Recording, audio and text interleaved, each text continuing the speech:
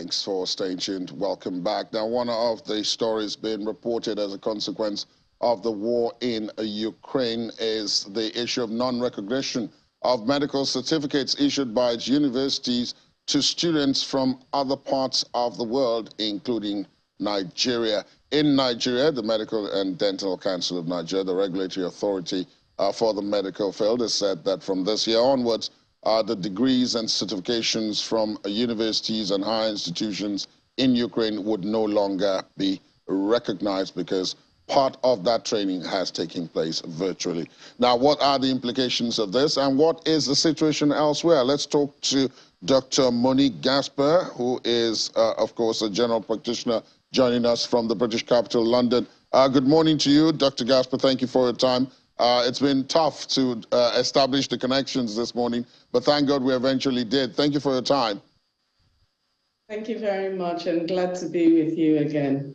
Let's quickly go through this. Of course, I'm sure you've heard about this beat of not particularly cheering news about what's going to happen with students coming out of Ukraine who are struggling to complete their medical studies in various places and even online. What do you make of it, just as a policy?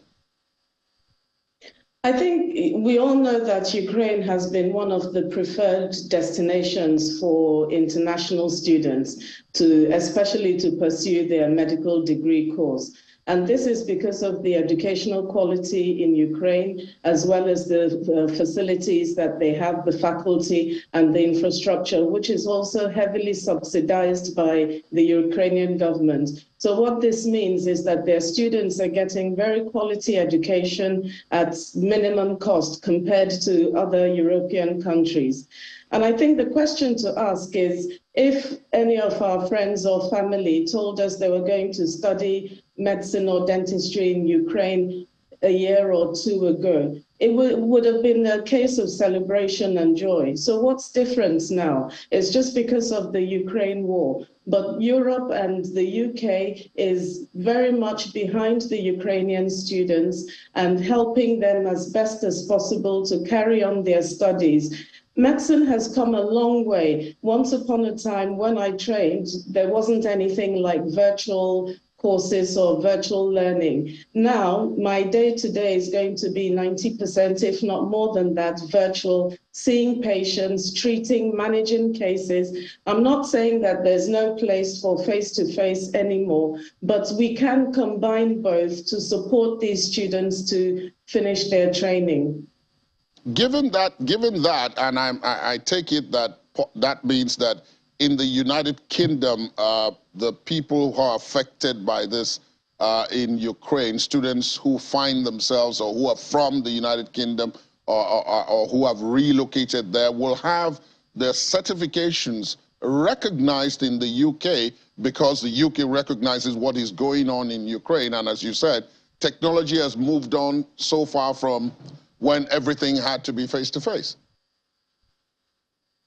Yes, the UK recognizes the Ukrainian medical degree. The UK from time has always implemented the IELTS, which is the English Language Proficiency Exam, as well as the PLAB, which is also a linguistics and assessment exam for all foreign medical graduates, especially that are not trained within the EU. So that has always happened. The GMC, which is the regulatory body, recognizes the Ukrainian degree, but the Ukrainian students, like students from Nigeria, students from Ghana, Ivory Coast, different parts of the world, would still have to take the IELTS and the PLAB exams, parts 1 and 2, which will enable them to be registered with the GMC, and so they can practice in the UK. That hasn't changed. In 2024, these exams are changing to the UK MLA, and this is going to apply to all graduates that have not graduated in the UK. But this was already in the pipelines way before the war started in Ukraine.